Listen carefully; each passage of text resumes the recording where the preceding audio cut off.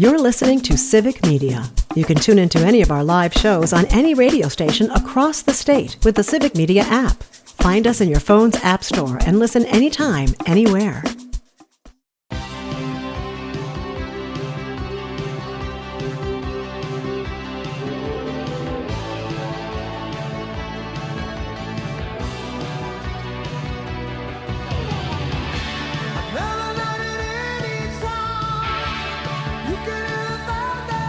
And good morning once again, everyone, and welcome back. It is Mornings with Pat Kreitlow on 98.9 WXCO. I'm Chad Holmes, and at 22 and 52 after the hour, we get an opportunity to focus in here in central Wisconsin from our studios at the corner of Washington Street and North 3rd Street. And this morning, coming in bright and early to talk about what's going on is the chairperson of the Marathon County Democratic Party, Nancy Stencil. Nancy, good morning. Good morning. Boy, there's always a lot to talk about. Let's oh my gosh, jump right in, because I think, last day or so, there's been a lot of talk about, again, there's a lot of, I would call it pearl clutching, because, holy cow, a left-leaning candidate defeated the mainstream Democrat who has a lot of baggage in New York City. Yeah. And you are at the grassroots of politics right here in Marathon County. Yes. I wanted to, first of all, as somebody that's, knee-deep in politics, what was your takeaway from that Democratic primary in New York City on Tuesday? I was actually pretty excited about it. I think, here's a person that ran a highly digital campaign, and not only that, but I think the big thing is he shut up and he listened, and he spoke about what the values were that the people were talking about.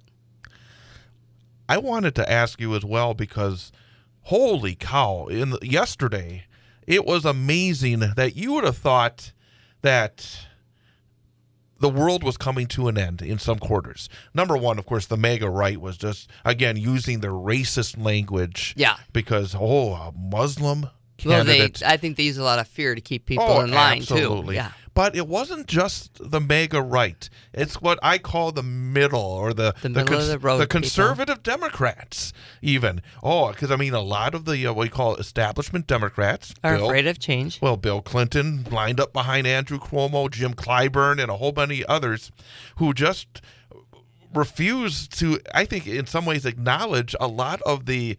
And I think, we've talked about this. There's this need for a lot of folks in the Democratic coalition to see more fight, to see more talk about issues that involve their lives, and not trying to placate so many in the middle. That matter, the everyday issues. We don't need to act like we're better than anybody else. There's a lot of candidates that have told me on doors, the issues that they're hearing are much different than the issues they're told to talk about. And also, I think, and I was telling you, I was looking at an article on The Hill, thehill.com today, talking about a number of bullet points, what people take away or what they were learning from this election. And one of the ones that jumped out to me is this wasn't a case of Mandani just getting the far left of the party. It was a broad-based coalition. He did. And he got a real varied amount of people that voted for him. But you obviously talk to a lot of people, and I think there is a lot of misunderstanding that, there's this group is going to feel this way. There is, I think, a lot of different issues that come across economic lines, social lines, racial lines. I think sometimes people make it way too simplistic and try to overthink a lot of things, and that comes to messaging and language, doesn't it? They do, and I think the biggest thing that we do need to work on is messaging, and probably starting with just shut up and listen. You've said that all the time. Yep. Could you give me maybe an example of maybe a campaign in Wisconsin that you feel like, man, they're tone deaf, that they actually have maybe some ideas, but they're almost afraid to talk about it? Or maybe somebody that you've seen recently that, hey, they have their finger on the pulse of the people that you're talking to. Maybe an example that more people should think about. I know it's a hard question. That is a really hard question. Because I don't want to really name names or anything else. But, in a certain, let's just say, state race, somebody who's doing doors is hearing people talk about everyday issues that are really bothering them, issues that need to be solved, issues of rent, issues of food, security. And they're told to go out there and talk about things like, well, let them know that we're with it for abortion and this and this and this. And I think the majority of Democrats know already that the basic things that we do stand for. But we're not addressing those issues that bother them every day. We're not listening to them. And frankly, there's complete opposites when you say something like that compared to what a lot of, I would call the chattering class, the consulting class says, because there is this constant feel that you have to go to the center. Republicans have proven you don't have to go to the center. You've got the most racist, and I would think the furthest out of the mainstream party that you've ever seen, and right now they control all three branches of the federal government and two of the three branches of the state government here in Wisconsin. Do you, when you talk to beyond the people, but maybe within the party, what do you hear? Do you hear a lot of people say, "Oh, we got to reach out to the center," or the people agree with you that, hey, we got to listen to what the people are saying, and hey, that we got to stop being afraid to talk about some of these issues? That's exactly what I hear. That we need to stop being afraid to talk about these issues, and I think in general, Wausau area is a pretty decent, giving community. Is there racism here? Yes, there is. Is it like the most prevalent thing? No, I think we are a good, helpful community. But maybe what the other side is doing is they're at least being real. And I know that if you vote MAGA, it does not necessarily mean you are racist, but it does make me, again, wonder. I tend to categorize. Yeah. But it just, and I sometimes may be pushing in that direction, but at the same time, we all see it. And then when you push back against it, and I think I want to talk a little bit more along this line. They tend to get defensive. Right, but also it just feels like, man, you don't, if you step up and say, hey, I want a community for all, holy cow, you're out of the mainstream, and I don't understand that, and that's something I don't either. We're going to continue to discuss coming up in 22 minutes. We'll be back at 7:52 with more with Nancy Stencil, but coming up, an information update, and then more of Mornings with Pat Kreitlow coming up here on 98.9 WXCO.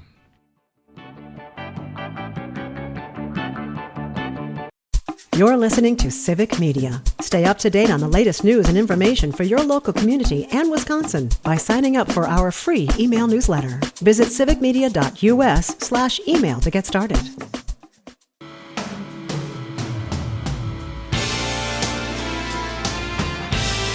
And welcome back. It is Mornings with Pat Kreitlow here on 98.9 WXCO. It's the Wausau Morning Report with me, Chad Holmes. We'll talk to Ian Welsh a little bit later on. But we got a few more minutes with Nancy Stencil, the Democratic Party chair of Marathon County. Nancy, I want to read a real quick part of this Hill article because I think it's really, I think it says a lot, and I think it's what Democratic leadership needs to think about as well. It says, the mayoral election may also prompt some members of the party to reconsider voters' appetites towards voting for new and diverse candidates. Many establishment and centrist Democrats align themselves with Cuomo despite his controversies, as Mandami was viewed as politically too far left by some. But if Tuesday night demonstrated anything, it's that Democrats aren't shy about disrupting the status quo and rejecting powerful Democratic brands. What do you take about that? I mean, I do think that there is an appetite, those of us that want to throw an elbow or two. There is. I don't want things to remain the same. So what are you going to, within your position, within your discussions with other Democrats that have leadership positions, what are you going to say? That we need to listen. We need to listen to what the people are saying, not what we think they want to hear, not what we think are the hot button issues. Just shut up and listen. People have a lot to say. Again, I am somebody that has not been thrilled with the article and the talk of Tony Evers being pushed aside. But I'm going to say for a moment, say Tony decides on his own to step away. What do you want to see from Democratic candidates? I mean, Tony's going to run the way Tony runs, and he's a very, very likable guy, and he's a very honest man. Yeah. But there's that scary aspect when you bring in, somebody new in a campaign. There'll probably be 5, 6, 7. Who knows how many people that would run. That part I hate when they get too many. It's just too saturated. But we saw in New York there were a lot of folks there, and yet this young man was able to come out. What do you think in the state of Wisconsin for Democrats a candidate would need to do to stand out? Tell the truth. I just tell the truth. Be yourself. You seem to be on a lot of the honest messaging, right? Very honest messaging, and I think that's where we are totally missing it. Our messaging, we're playing catch up all the time. Just say what it is. You don't have to sugarcoat it. A couple of weeks ago, you were down in the Dells for the Wisconsin Party Convention. Yeah. Let's start with the first thing. Again, Remaker was named the new party chair. Obviously, you had put in behind Joe Sapecki. Yeah. What did you hear from Remaker? What do you expect now? Because obviously, the decision's been made. You move forward. Okay, what do you need from the new party chair? Better messaging for sure. I wish Devin all the best, but that was my divide in why I went for Joe, because I felt Joe was more the average guy. He brought along good messaging, and I just felt that Devin was just more of the same, the corporate Democrat. And that's what I based my decision on. What else were you hearing? I'm kind of curious because you're around a lot of other Democrats, obviously, and I don't mean this as a slight, but establishment Democrats. Yeah. What was the discussions like? Because obviously it's probably different than say, because I was hanging than what out, you would hear. Yeah. I was hanging out on that Saturday over at the No Kings rally, and you're down in the Dells with a lot of establishments. I know, that really killed me. I couldn't be there. But I imagine that the talk was probably a little different than it would have been if you were hanging out with me down in Red Mountain. It definitely was. What were you hearing? What was the discussion points? Maybe open up the door a little bit for those of us who were not there. What do these establishment Democrats talk about when you get together? What do you try to talk about with others that, because you obviously have a lot of ideas on what to do. I sometimes see a disconnect because I go to the caucus meetings and there's real people there, like the same as what you would see at the No Kings rally. But then, we had Ben Wickler who endorsed Devin, and I like them both very much, but it just seemed like so much more of the same. Nothing should ever change. And it also felt so political. I mean, just average, because when you see the grassroots, it doesn't feel as political. When you feel like, hey, something is done because of the rising passions of the people, right? It's very different. People want, as opposed to a cold political calculus, which so many times it feels like. Exactly. Let me ask you, because we haven't actually talked about. You said it. You obviously were watching what was going on with the No Kings. I was just blown away. All over the country. Yeah. Yep. But even here in north central Wisconsin, I thought. It was blocks of people. It was. It was really impressive. Maybe your thoughts on that rally and where we are now and where do we go? Well, the sizes of these rallies continue to grow. Donald Trump's parade did not. I know even at the convention, even at the convention, they did offer the opportunity they had a bus that people could go to a rally in Baraboo at that one. And a lot of people left and went. So, what is that telling you? And these people have a message, and they're turning up in just droves for this kind of thing. I think the main thing that we can do is just make sure that these same people want to register to vote and they get to the polls and they vote is going to send a much bigger message. It is sending a bigger message about the reality of what is. And again, it's always a snapshot, but one thing that jumped out to me as well was that even the folks that were driving by, it felt like there was a greater percentage of folks that were showing some sort of support. They give you thumbs up than the ones that give you the fingers. Right. For sure. There were a few of those, but it just felt like from previous events that there is, and I think maybe it's being underestimated by some of the national media of some of the very much disconnect that Donald Trump's administration right now has with the American people. Yes, very much. And you have those people that go by to give you a thumbs up that are probably, maybe they're afraid to come to a protest or whatever. Maybe they just don't have the time. They're on their way to work. And it also, to me, real quickly to wrap lining. it up, I think something you've been saying, if we are honest with the voters, Be honest. that they are open to argument because Yes, they're not. they are. They're not liking what they're seeing and hearing from No, the current they are administration. No, they are not. Nancy On Stencil, either side.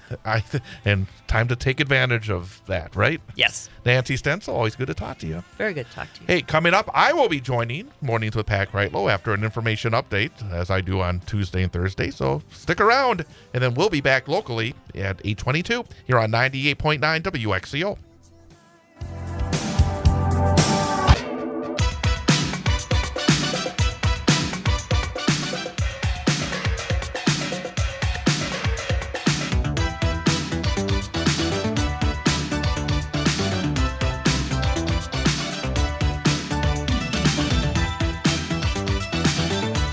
And welcome back.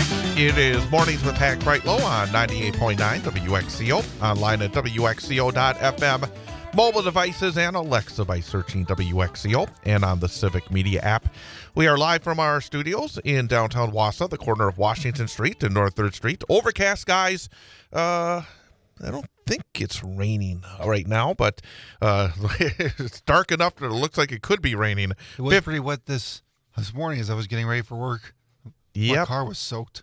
59 degrees is the temperature. It was a drencher yesterday in north central Wisconsin. Our American Legion softball matchup was postponed due to the rain, and there's no doubt about it. It was raining throughout the course of the afternoon, and just, again, one of those drenchers. And as we've talked about before, no worries about drought right now here because we've been getting plenty of wet weather. Coming up, we will be at the end of the program doing our number for the day quiz with Ian Welsh, and we'll give him the topic coming up here in just a few minutes. Awesome. But I wanted to talk a little bit more about, again, where the Democratic Party is and maybe where it needs to be in order to win elections. And I think there is a disagreement in terms of what the party needs to do in order to combat MAGA and Republicans and Trump in this era.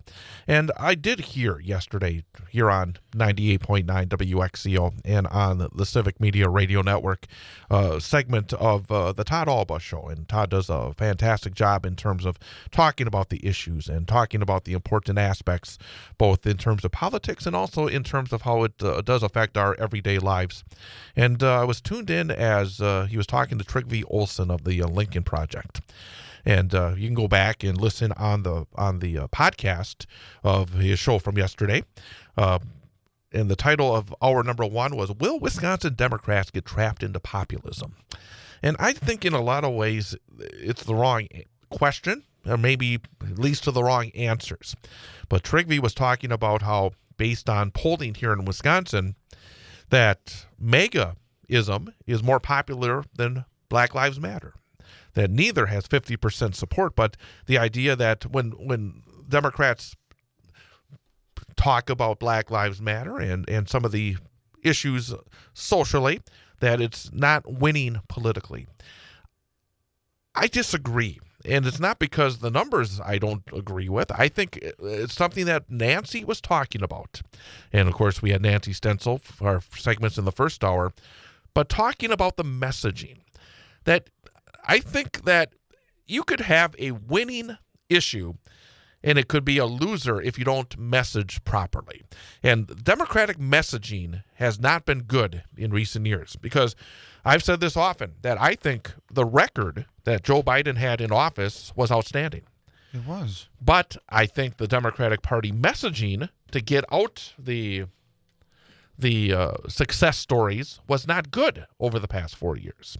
Yeah. And it led to a disconnect where people's lives were getting better in a lot of ways, and yet the Democratic Party and the president and his allies were not given proper credit. Because, yes, while there were some issues, and there were issues all over the world in the aftermath of a global pandemic, Exactly. So messaging is so vitally important. But also, and I talked to Nancy about this article I read in The Hill, and it really caught my attention because it really kind of delved in to some of the lessons or maybe some of the items that people should be thinking about to take away from what we saw in that upset victory in the Democratic primary in New York for the more progressive candidate, the Democratic Socialist candidate over the mainstream Democrat, Andrew Cuomo. But one of the questions that was asked in this article was a Democratic Party that is still looking for the best ways to counter MAGAism and Donald Trump in his second term, because it's more than just trying to say, hey, we're going to wait for Donald Trump's popularity to hit rock bottom. There also has to be reasons for folks to be excited about candidates, about policies of the Democratic Party. And you can't just sit back and do nothing. And that's been one of the frustrations I've seen with people like Chuck Schumer over the last number of months.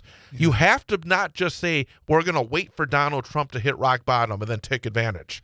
You have to have some sort of positive reason for people to connect with the party, or else it's going to continue to be up and down. Hey, maybe the unpopularity of a person like Trump next year will lead to Democratic gains in the midterms. But if we want to have gains that are sustainable, you have to give people positive reasons to vote for you and to support your party.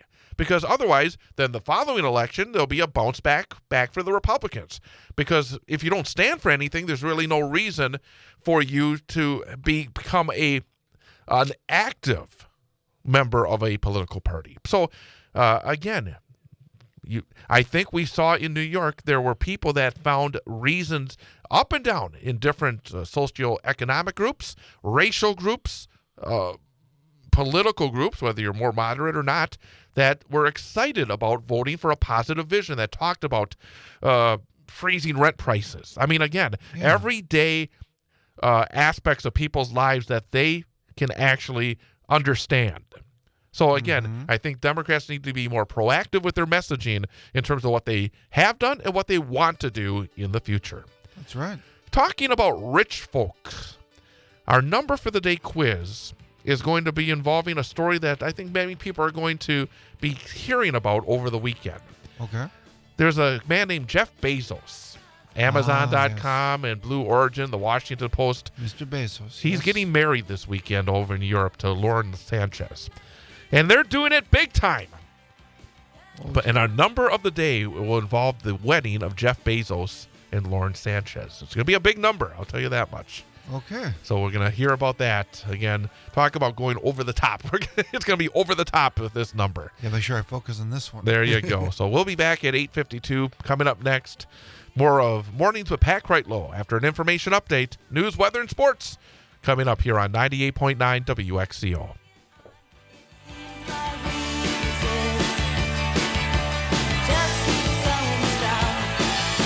You're listening to Civic Media. Find the latest news, information, and archives of all your favorite shows on the Civic Media website, civicmedia.us.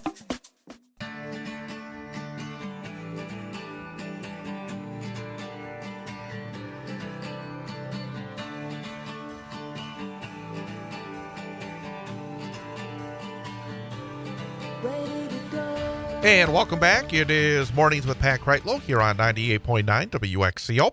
Cloudy skies and 60 degrees is the temperature here at our downtown studios at the corner of Washington Street and North 3rd Street. Time is 8:52. And much of this morning we've been talking about messaging with the Democratic Party and trying to look at what the Zohran Mamdani win in New York City this week means, because there's been a lot of conversation, a lot of pearl clutching, and especially from the MAGA right, but also discussions even on this radio network yesterday about whether the Democrats are going to go too far into populism and the like, and been trying to talk about the positive aspects, the passionate aspects of what is being done here with the Democratic Party, finding reasons to vote for Democrats, and also getting a younger voice is showing some traction as well. But this morning, in fact, in the last hour or so, I've been looking at some of the discussions that are going on around the country in terms of media and likewise. And on CNBC this morning, Massachusetts Senator Warren, Elizabeth Warren, spoke to Joe Kernan. He is a Donald Trump cheerleader. And I thought the messaging that Senator Warren gave to Joe Kernan of CNBC was brilliant. I want to play that right now and then discuss it briefly afterwards. We don't have a lot of time left. Do you think he's a socialist? He's a self-avowed socialist. Do you think socialism is the correct path to do what you just said you wanted to do for working Americans? Do you? I mean, that's what he is. Let's just talk about, and we're the center of the universe for capitalism in New York City. And Wall Street, whether you love it or hate it, I know it has a connotation in certain areas, but it's the financial engine for all the great things that happen in the U.S. in terms of the private sector and raising money for companies and the stock market. All these great things that provide all the jobs, that's where you get the tax money to spend on all these great things you want to spend it on. Do you think that's the right thing for New York City?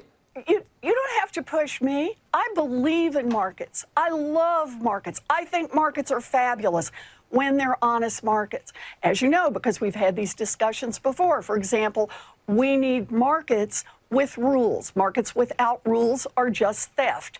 And that's part of why we need strong antitrust enforcement. But what our new mayor, I hope will be mayor-elect in New York City, is talking about is how to make that economy work for families. Where is your outrage over a Republican Party that is saying we want to fund even more tax giveaways to billionaires? We want to make sure that Meta gets a check, if this bill passes, for $15 billion, not for anything they do in the future, but for investments they made 3 years ago. We want to give them a check for $15 billion while we take away health care from everyone else, while we drive up utility costs for everyone else. That's not how we build a strong economy. You believe in markets, then you should believe in participation by the employees so that they get some of the wealth that they help create. And part of that means that through government, we create opportunities, not just for the billionaires to be able to come in and help build these buildings, but also to the workers who help build them as well. That's Senator what Warren. this whole fight is about. Exactly. She's absolutely right. Exactly. I mean, Republicans go crazy if you spend a little bit of money on any programs that help the poor and middle class, and yet they're willing to give $15 billion to Mark Zuckerberg for doing nothing in the future. Mm-hmm. I mean, again, that's the kind of messaging that Democrats need, not to back away, to get into the mushy middle, because that's what the Lincoln Project thinks we should be doing. No, time to start fighting for working people and putting it in ways that people understand when it comes to your rent, when it comes to your utilities, when it comes to the programs that help you get health care. That is what the Democrats need to do to get excitement. Because if you have no excitement, people are not going to go out and vote just because you are the other people on the ballot. You need to get people invested in what you're trying to accomplish as a political party. So again, I thought Elizabeth Warren hit it on the head in a great way this morning on CNBC to the right-wing anchor Joe Kernan. All right, well, let's see if you can make it 3 out of 4 this week. You've been on a roll when it comes to the number for the day quiz. What we do at the end of the show is give Ian Welsh an opportunity to take the number for the day quiz. And based on the math, we give him 3 choices, one of which is right. So based on the math, 1 out of 3, just by guessing, 33%. So anything above 33% is a winning week. Anything below 33% is a losing week. A failing grade. Getting more right than wrong is a winning week. Getting 4 out of 5 is an A grade, and 5 out of 5 is a perfect week, which is always the goal.